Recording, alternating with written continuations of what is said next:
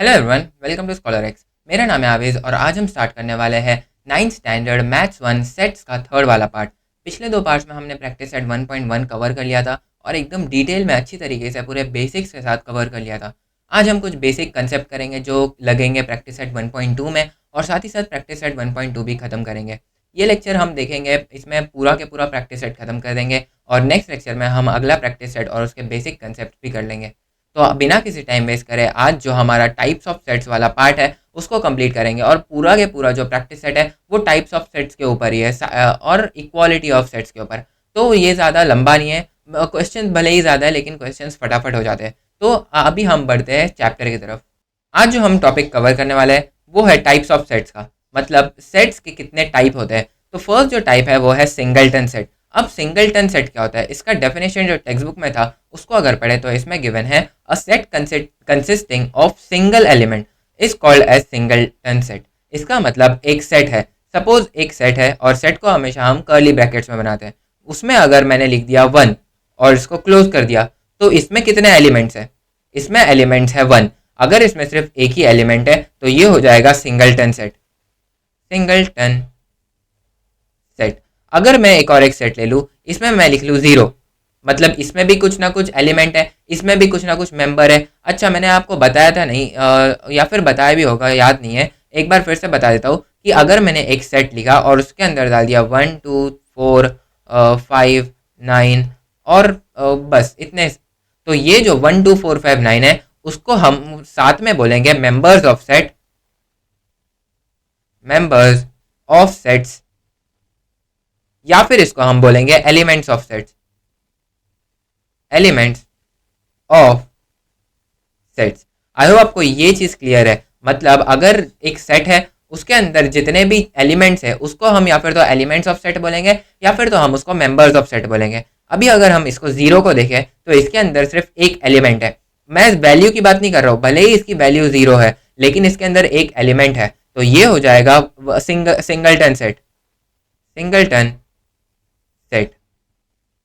तो इसी तरीके से हम सिंगलटन सेट लिखते हैं। वापस से एक बार बता दूं, सिंगलटन सेट ऐसे सेट होते हैं जिसमें सिर्फ एक ही एलिमेंट यूज हो। एग्जाम्पल के लिए अगर हम देखें एग्जाम्पल, तो हम एग्जाम्पल देख लेंगे। सिंगलटन सेट का एक बेस्ट एग्जाम्पल है जो कि है even prime numbers, even prime number.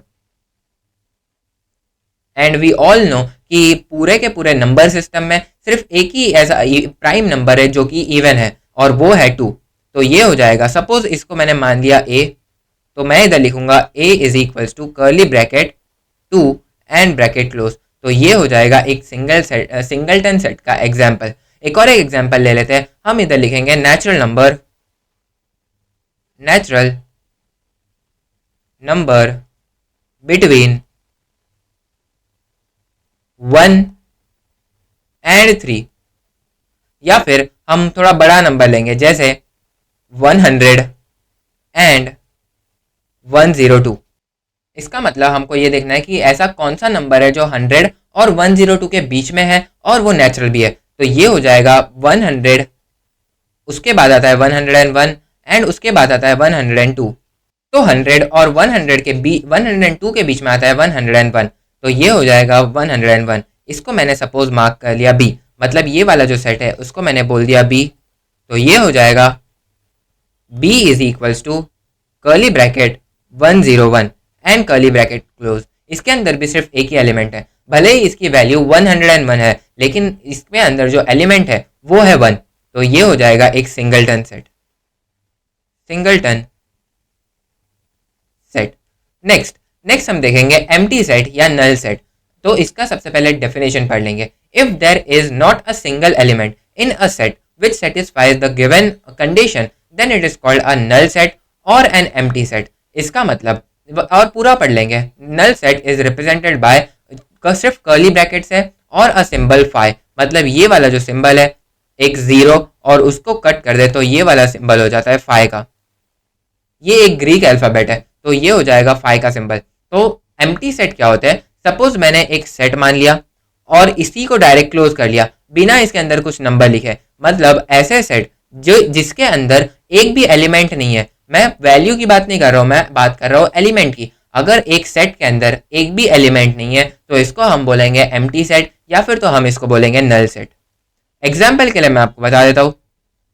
Suppose मैंने बोल दिया कि whole number less then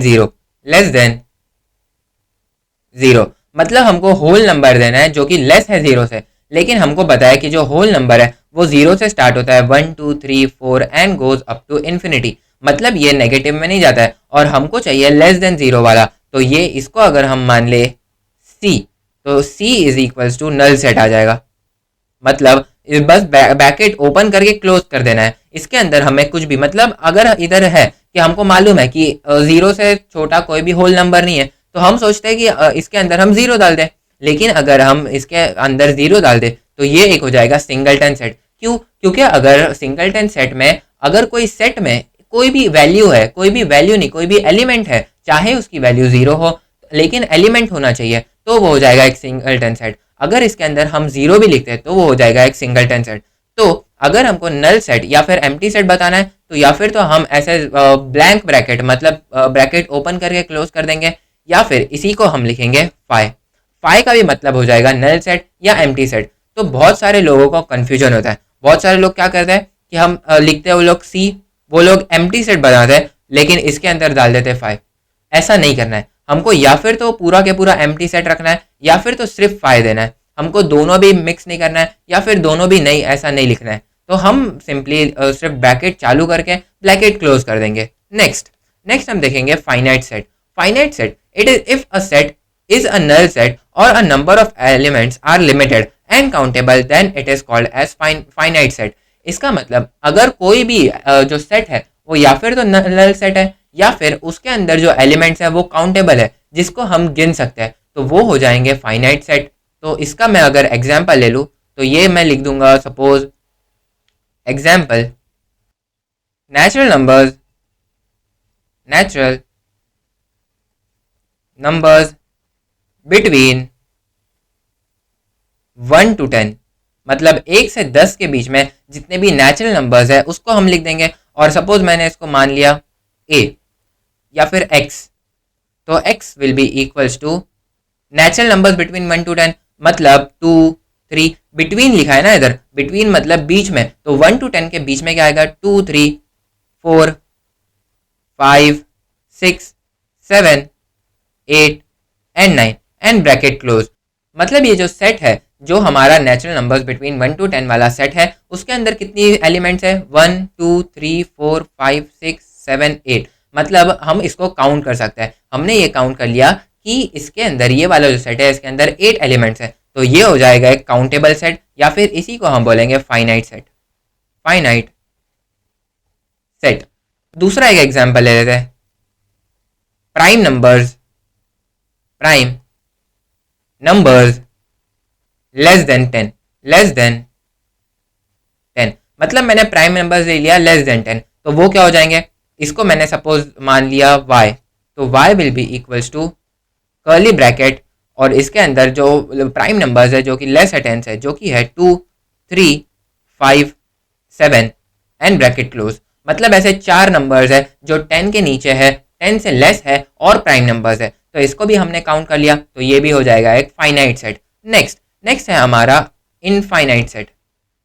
next जो हमारा सेट है वो है इनफाइनाइट सेट मतलब if a number of elements in a set is unlimited and uncountable then the set is called as infinite set. मतलब अगर एक सेट है जिसके अंदर हम जो वैल्यूज है, जो एलिमेंट्स है, उसको काउंट नहीं कर सकते, तो वो हो जाएगा एक इनफाइनाइट सेट।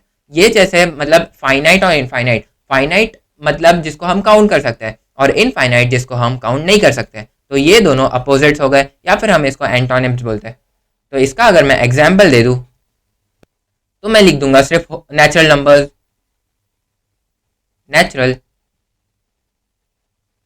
नंबर्स, तो और इसको मैं मार्क कर दूंगा p, तो ये हो जाएगा p is equals to natural numbers 1 से स्टार्ट होता है, 1 2 3 4 and dot dot dot up to infinity. हमको इधर गिवन नहीं है कि हमको यहाँ पर कहाँ पर रुकना है, जैसे मैंने लास्ट एग्जांपल में दिया था फ्रॉम 1 to 10, मतलब 1 से 10 के बीच में हमको नेचुरल नंबर्स फाइंड करने बोला था। इधर मैंने लिखा नहीं है कि सिर्फ मैंने लिख दिया नेचुरल नंबर्स, तो ये हो जाएगा अप टू इन्फिनिटी। तो हम डॉट डॉट डॉट करके इन्फिनिटी का सिंबल डाल के हम ब्रैकेट क्लोज कर देंगे। तो अभी हम इसके अंदर के वैल्यूज जितने हैं वो काउंट नहीं कर सकते, तो ये हो जाएगा एक इनफाइनाइट सेट। नेक्स्ट नेक्स्ट हम देखेंगे इक्वल सेट।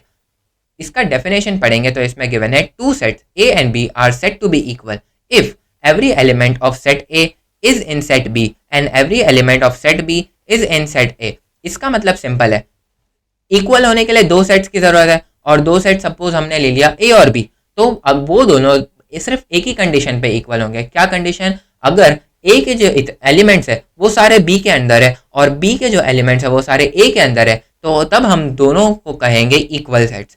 सपोज एग्जाम्पल के लिए मैं मान लेता हूँ, एग्जाम्पल जो हमारा सेट ए है उसको मैंने मान लिया नेचुरल नंबर्स फ्रॉम या फिर between 10 to 15, natural numbers between 10 to 15। और बी को भी मैंने मान लिया होल नंबर्स बिटवीन 10 to 15। मतलब मैंने नेचुरल नंबर्स मान लिया 10 to 15 के बीच में और होल नंबर्स को बी मान लिया जिसको मैंने लिखा हो 10 to 15 के बीच में। तो ए की वैल्यू क्या हो जाएगी? A will be equals to natural numbers between 1 to 15 जो कि हो जाएगा 11, 12 एंड 13 ब्रैकेट क्लोज। बी को हम लिखेंगे सिमिलरली, तो बी भी हो जाएगा 11, 12 एंड 13। तो हमको इधर दिख रहा है कि ए के अंदर जितने भी एलिमेंट्स हैं वो सब बी के अंदर है और बी के अंदर जितने भी एलिमेंट्स हैं वो सब ए के अंदर है। तो ये वाला जो सेट है वो हो जाएगा equal set. So they are equal sets. I hope आपको इक्वल सेट का भी जो कॉन्सेप्ट है और सारे टाइप ऑफ सेट्स का कॉन्सेप्ट है वो समझ में आया होगा। एक क्विक रिकैप कर लेंगे कि सेट कितने होते हैं। तो सबसे पहले हमने देखे थे सिंगलटन सेट। इसमें क्या होगा? इसमें बस एक ही एलिमेंट होगा। फिर उसके बाद देखे थे नल सेट या फिर एम्प्टी सेट। हम ज्यादातर नल सेट लिखेंगे, नल सेट। इसके अंदर हमने देखा था इसके अंदर 0 एलिमेंट्स होंगे, 0 एलिमेंट। और इसको हम जो रिप्रेजेंट करेंगे वो या फिर तो सिर्फ कर्ली ब्रेसेस से रिप्रेजेंट करेंगे और या फिर तो हम फाई से रिप्रेजेंट करेंगे। फिर उसके बाद हमने देखा था फाइनाइट सेट जिसको हमने शॉर्ट में लिख दिया था काउंटेबल, जो काउंटेबल है, जिसके एलिमेंट्स काउंटेबल है। फिर उसके बाद हमने लिखा था इनफाइनाइट सेट जो कि अनकाउंटेबल होते हैं, अनकाउंटेबल। फिर उसके बाद हमने जो लास्ट सेट है वो देखा था इक्वल सेट्स में हमको इक्वालिटी चाहिए। मतलब बी के अंदर जितने भी एलिमेंट्स हैं वो ए के अंदर होना चाहिए और ए के अंदर जितने भी एलिमेंट्स हैं वो होना चाहिए बी के अंदर। सिंपल। इसके बाद हम बढ़ेंगे हमारे प्रैक्टिस सेट की तरफ। प्रैक्टिस सेट 1.2 भले ही इसमें थोड़े ज़्यादा क्वेश्चंस है लेकिन ये सॉल्व करना बहुत ही ज़्यादा सिंपल है। तो हम प्रैक्टिस सेट 1.2 का फर्स्ट क्वेश्चन पढ़ेंगे। इधर गिवन है decide which of the following are equal sets and which are not, justify और आंसर। मतलब हमको तीनों सेट देखना है, तीनों सेट को एक बार लिख लेंगे और तीनों सेट देखेंगे कि तीनों के जो एलिमेंट्स है वो इक्वल है या नहीं। अगर इक्वल है तो हम लिख देंगे दे आर इक्वल और उसका आंसर दे देंगे कि दोनों सेट के जो वैल्यूज़ है वो इक्वल है। या फिर अगर इक्वल नहीं है तो भी हम वो लिख देंगे कि दे आर नॉट इक्वल और उसका जो रीज़न होगा वो दे देंगे। तो फर्स्ट हम सबसे पहले सेट ए का सारे एलिमेंट्स को देख लेंगे। सेट ए पढ़े तो that is equals to x such that 3x - 1 is equals to 2। इसका मतलब इधर हमको सब्स्टिट्यूशन की हेल्प लेना है। मतलब x की कौन सी वैल्यू पर 3x - 1 की जो वैल्यू है वो 2 होगी। x की कौन सी वैल्यू पर हम x की जगह पर क्या रखें कि ये वाला जो इक्वेशन है वो सॉल्व कर हमको जो आंसर है, जो इक्वल टू के बाद आंसर है वो 2 आना चाहिए। तो ऐसी कौन सी वैल्यू है? सबसे पहले हम x की वैल्यू 0 डालेंगे, फिर 1 डालेंगे और ऐसे डालते आएंगे जब तक हमको जो फाइनल आंसर है, जो आंसर में 2 है वो नहीं आता है। तो सबसे पहले हम a लिखेंगे, a is equals to x such that 3x -1 is equal to 2 and bracket close. अब इधर हम सब्सटीट्यूशन की हेल्प लेंगे। Substituting x is equals to 1, या फिर सबसे पहले हम x is equal to 0 substitute करते हैं इन सेट ए। मतलब सेट ए में हम x is equal to 0 substitute करेंगे, तो ये वाला सब, या फिर हम इक्वेशन मार्क कर लेते ना, सिंपल। सेट ए को बीच में लाना की क्या जरूरत है, हम सबसे पहले इक्वेशन मार्क कर देते हैं। इक्वेशन क्या है, इक्वेशन है 3x minus 1 is equal to 2, और इसको मार्क कर देना है 1।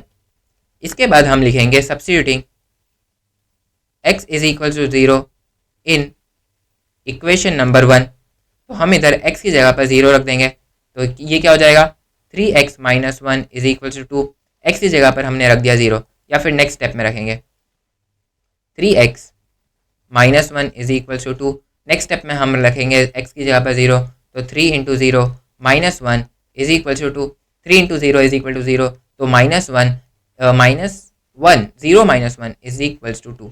तो ये तो सेटिस्फाई नहीं कर रहा है, मतलब -1 इज नॉट इक्वल टू 2, ये हमको क्लियरली दिख रहा है, तो हम इसको कैंसिल कर देंगे और अब हम x की जगह पर 1 रखेंगे।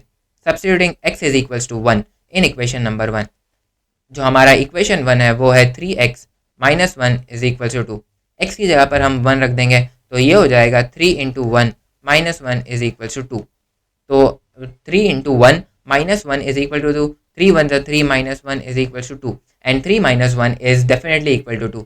तो ये हम इधर से हम बोल सकते हैं कि 3 माइनस 1 इज इक्वल टू 2, मतलब LHS जो है it is equals to RHS। और जब भी हमको LHS इक्वल टू RHS आता है, इसका मतलब इधर x की जो वैल्यू है वो मिल गई हमको 2, वो मिल गई हमको 1, क्योंकि हमने यहाँ पर 1 सब्स्टिट्यूट कर दिया। 1 सब्स्टिट्यूट करने पर हमको जो 3x माइनस 1 की वैल्यू है वो आई थी 2, तो इधर x की जो वैल्यू हो जाएगी वो हो जाएगी 1। तो a में जो x की वैल्यू हो जाएगी या फिर a की वैल्यू हो जाएगी 1, इसको हम नेक्स्ट पेज पर लिखेंगे। a is equals to bracket 1 and bracket close, और इसको मार्क कर देना है इक्वेशन नंबर 1। नेक्स्ट b हम देखेंगे, तो b में है x such that x is a natural number but x is neither prime nor composite, मतलब ऐसा कोई नंबर जो नेचुरल हो और वो प्राइम नंबर भी नहीं है और वो कंपोजिट नंबर भी नहीं है। तो ऐसा कौन सा नेचुरल नंबर है जो ना ही प्राइम है और ना ही कंपोजिट है, तो वो है 1, क्योंकि 1 ऐसा नंबर है जो प्राइम भी नहीं है और कंपोजिट भी नहीं है। तो हम इधर डायरेक्टली b लिख देंगे, b is equals to curly bracket 1, क्योंकि ऐसा सिर्फ एक ही नंबर है जो ना ही प्राइम है और ना ही कंपोजिट है। कंपोजिट प्राइम मतलब ऐसा नंबर जो या फिर तो खुद के टेबल में जाए या फिर तो 1 के टेबल में जाए, और कंपोजिट मतलब ऐसे नंबर्स जो या फिर तो खुद के टेबल में जाए या फिर तो 1 के टेबल में जाए, और या फिर तो दूसरे नंबर, मतलब जैसे दूसरे नंबर्स, इन दोनों को छोड़ के भी जो दूसरे नंबर्स हैं उनके भी टेबल में जा सकते हैं। तो लेकिन 1 एक ऐसा नंबर है जो ना ही प्राइम है और ना ही कंपोजिट है। तो a इज इक्वल्स टू 1, मतलब ब्रैकेट के अंदर 1, and b is equals to braces in is equals to 1, तो ये हो जाएगा इक्वेशन नंबर 2। इसको मैंने मार्क कर लिया इक्वेशन नंबर 2। अब हम c भी देख लेंगे सिमिलर तरीके से। c इधर गिवन है, c is equals to x such that x belongs to n and x is less than 2, मतलब x की जो वैल्यू है वो नेचुरल नंबर्स है, n मतलब नेचुरल नंबर्स, n मतलब नेचुरल नंबर्स, और जो x की वैल्यू है वो लेस देन 2 है। तो हमको ऐसा नेचुरल नंबर चाहिए जो 2 से छोटा हो। तो ऐसा कौन सा नेचुरल नंबर है, हम नेचुरल नंबर की लिस्ट देख लेते हैं, 1 2 3 एंड सो ऑन। जो 3 4 5 है वो तो ऑब्वियसली 2 से बड़ा होगा, हमको चाहिए लेस देन 2, तो ये हो जाएगा 1, मतलब सिर्फ एक ही नंबर है जो नेचुरल भी है और लेस देन 2 है, और जो है 1। तो c की जो वैल्यू है दैट इज कर्ली ब्रैकेट और ब्रैकेट के अंदर 1, और इसको मार्क कर देना है इक्वेशन नंबर 1, इक्वेशन नंबर 3। और अब हम लिखेंगे from equation 1 2 and 3, from equation 1 2 and 3, मतलब 1 2 और 3 इक्वेशन से हमको क्या मिला, जो a सेट है उसकी भी वैल्यू है 1, जो b सेट है उसकी भी वैल्यू है 1, और जो c सेट है उसकी भी वैल्यू है 1।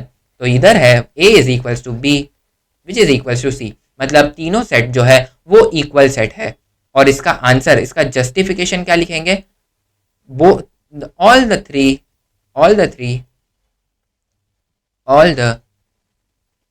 Three sets have equal values, equal values.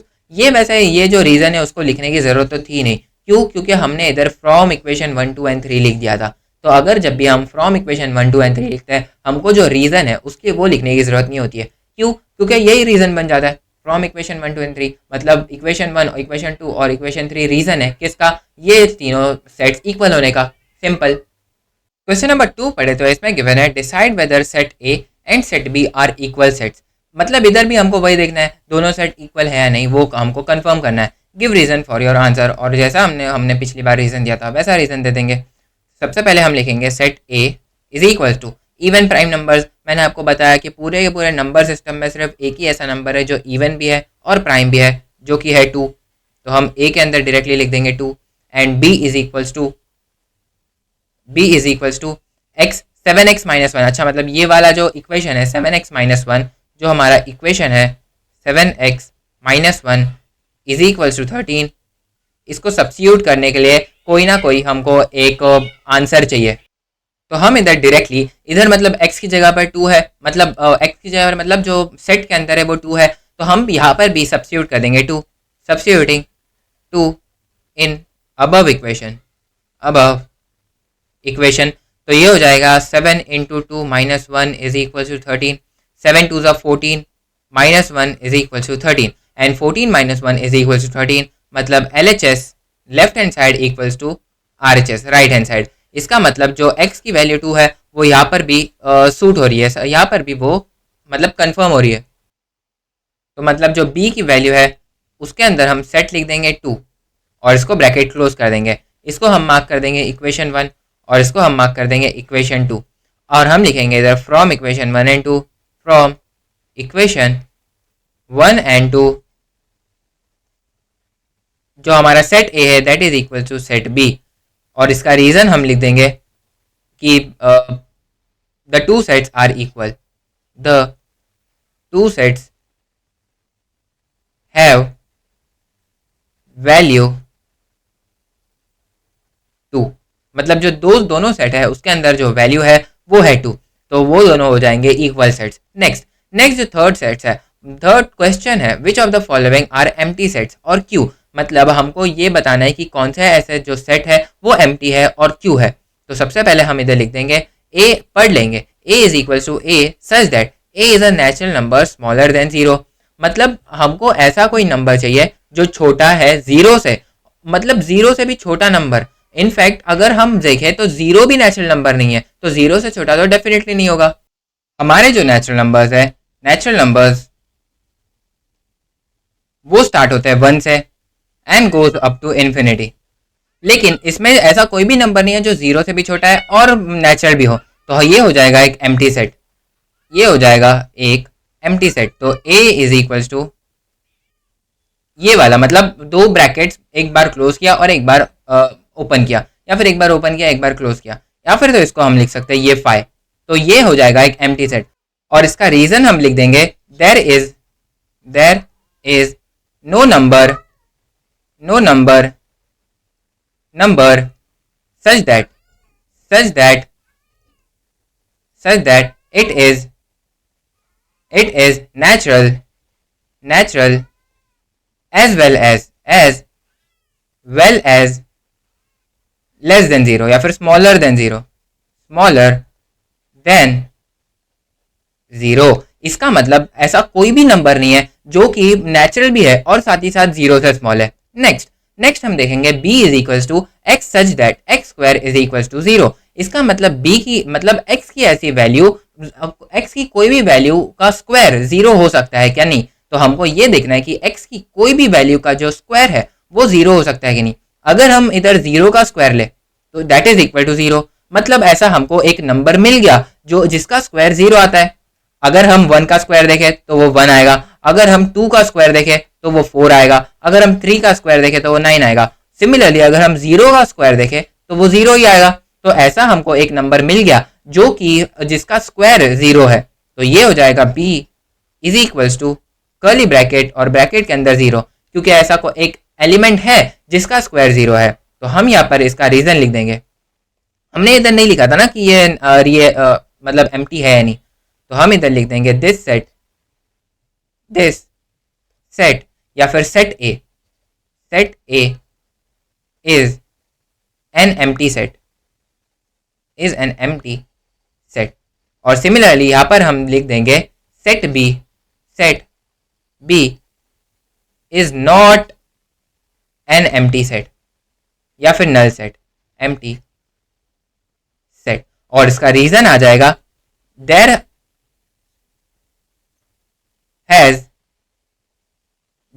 Is a value of x such that x square is equal to 0। मतलब ऐसी वैल्यू है x की जिसका स्क्वायर 0 हो। मतलब x की वैल्यू अगर हम 0 रखें तो x स्क्वायर भी हमको 0 ही आएगा। तो ऐसे x की वैल्यू है जिसका स्क्वायर है 0। नेक्स्ट हम देखेंगे क्वेश्चन नंबर 3। क्वेश्चन नंबर 3 में हम पढ़ेंगे कि c is equal to x such that 5x - 2 is equal to 0 and x belongs to natural number. मतलब x एक नेचुरल नंबर है and 5x - 2 is equal to 0 आना चाहिए। तो हम ये इक्वेशन में 5x - 2 इक्वल टू 0 में एक एक करके हर एक नेचुरल नंबर डालेंगे जब तक कि उसका वैल्यू 0 ना हो जाए। इसको हम इक्वेशन 1 मार्क कर लेंगे और हम सबसे पहले सब्स्टिट्यूट का हेल्प लेंगे।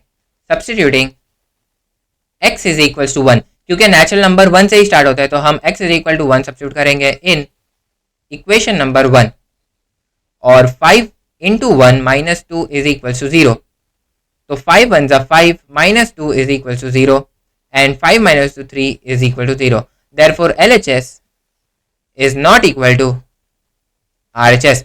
सिमिलरली अगर हम इसकी जगह पर 1 की जगह पर 2 डाल दें, अगर हम इक्वेट करें substituting x is equal to 1, x is equal to 2, substituting x is equal to 2 in equation number 1।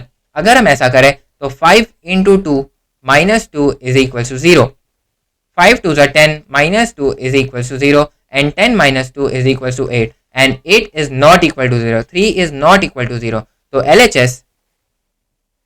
LHS is not equal to RHS। तो मतलब ऐसा जैसा पहली बार कर रहे थे x इज इक्वल टू 1 डाला था तो ये हो गया था 3, जब x इज इक्वल टू 2 डाला तो ये हो गया 5। मतलब ये नंबर जो है वो बढ़ता रहेगा, 3 8, फिर उसके बाद आएगा 12, फिर मतलब 5 से ये नंबर बढ़ रहा है। तो अगर हम इसको हर एक नेचुरल नंबर डालें तो ऐसी कोई भी वैल्यू नहीं आ रही है जिसका ये वाला जो इक्वेशन है वो सेटिस्फाई हो। तो जो C है हमारा वो हो जाएगा एक नल सेट या फिर एम्प्टी सेट। तो हम यहाँ पर लिख देंगे कि C is an empty set. इसका रीजन हम लिख देंगे there is no such value that satisfies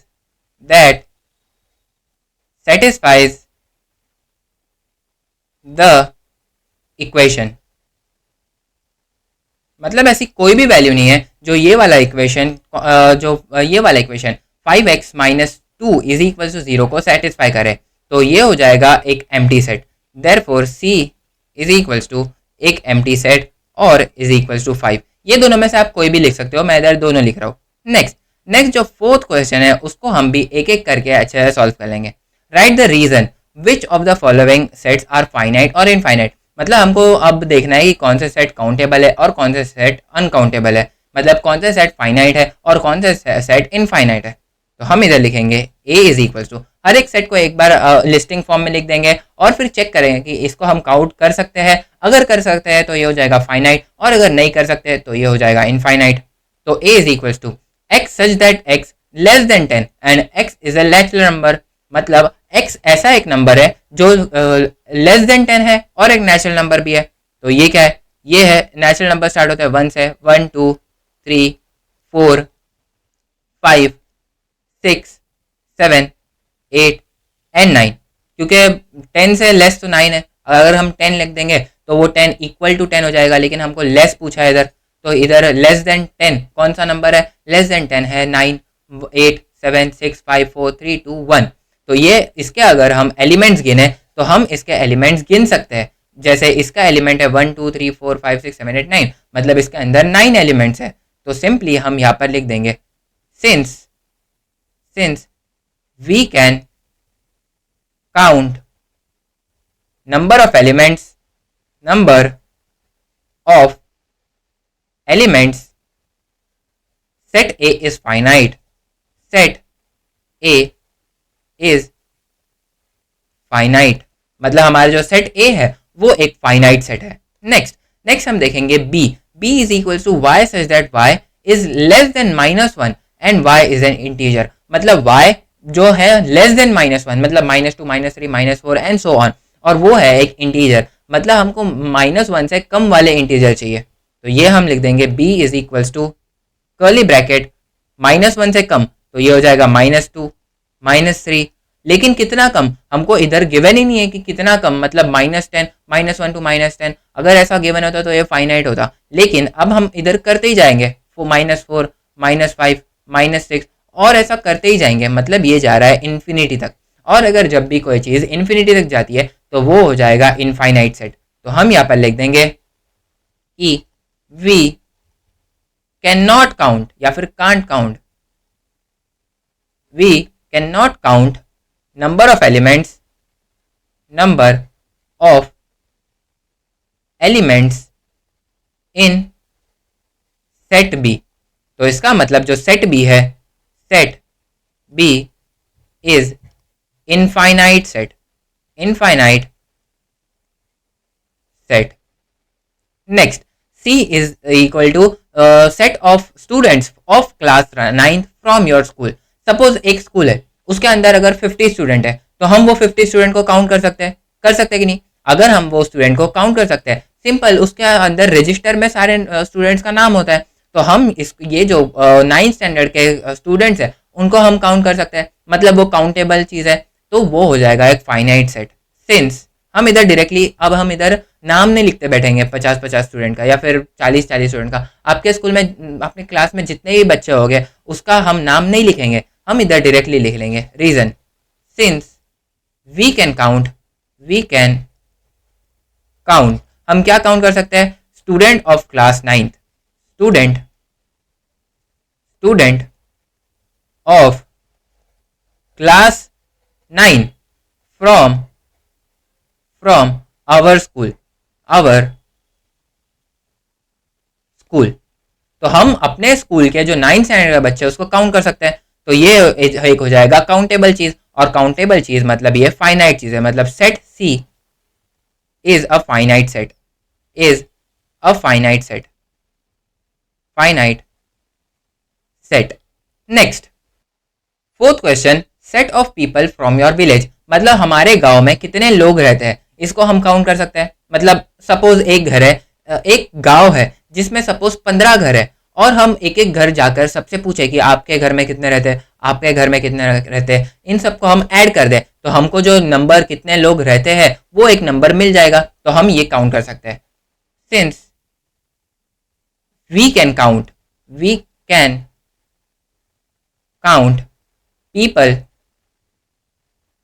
people from our village,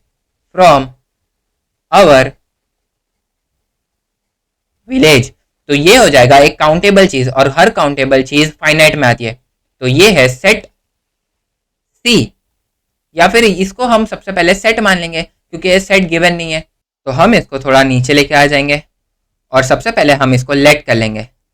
late D B कौन सा set? Set of people from our village, मतलब set of people from our village को हम लिख देंगे डी, तो हम इधर इसको काउंट कर सकते हैं, तो ये हो जाएगा D is a finite set. Next जो है set of apparatus in laboratory, मतलब आपका एक लेबोरेटरी होगा, मतलब हर एक स्कूल में एक लेबोरेटरी होता ही है, वो बात अलग है कि स्कूल वाले लेके जाते हैं नहीं, लेकिन फिर भी हर एक स्कूल में लेबोरेटरी होता है। तो अगर हम अपैरेटस देखें, अपैरेटस मतलब क्या? टूल्स, मतलब लेबोरेटरी में ऐसी कौन सी चीज़ें लगती है, तो लेबोरेटरी में मैं आपको बता दूं बहुत सारी चीज़ें लगती है। जैसे लेबोरेटरी में क्या क्या होता है? लेबोरेटरी में एक बीकर होगा, एक कोनिकल फ्लास्क होगा, एक फ्लास्क होगा, एक टेस्ट ट्यूब होगा, एक टेस्ट ट्यूब होल्डर होगा, और ऐसी बहुत सारी चीज़ होगी, स्टोव होगा, और साथ ही साथ माइक्रोस्कोप, माइक्रो ग्लासेस, ग्लास, और बहुत सारी चीज़ें होती है। पर हम ये बोल सकते हैं कि हम उसको काउंट कर सकते हैं। तो मतलब ये वाला भी जो चीज़ होगी, अपैरेटस, जो टूल्स रहेंगे, वो काउंटेबल नाउन ही रहेगा, और काउंटेबल है तो इसका मतलब वो फाइनाइट है। तो हम इधर सबसे पहले इसको सेट ई मान लेंगे। Let E be set of apparatus in library, in library, ये लेट है, LET। तो let E be set of apparatus in library, और वो बहुत सारी चीज़ें होती है, मैंने आपको बता दिया कितनी चीज़ें होती है, मतलब ये एक काउंटेबल चीज़ है। तो ये जो सेट ई है, सबसे पहले हम लिख लेंगे since we can count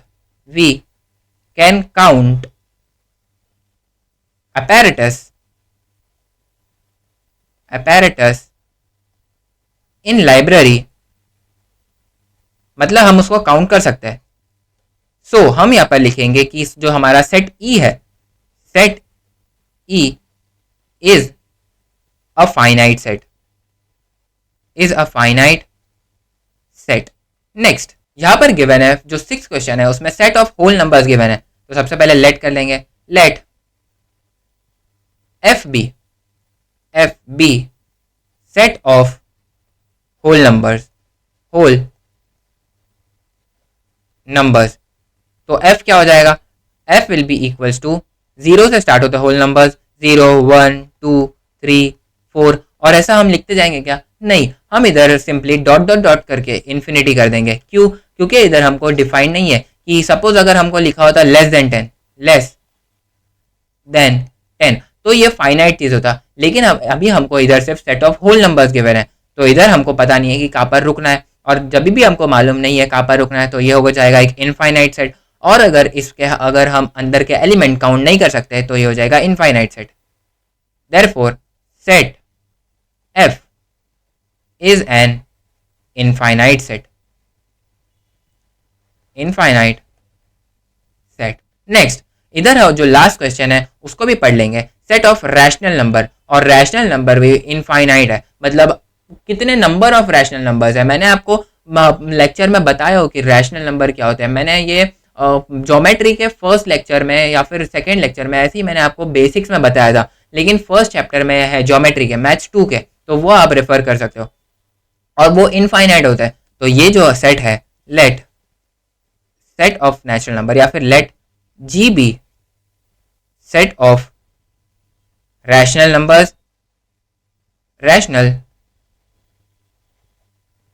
number, और ये कौन सा सेट है? ये है infinite set. Since we can not count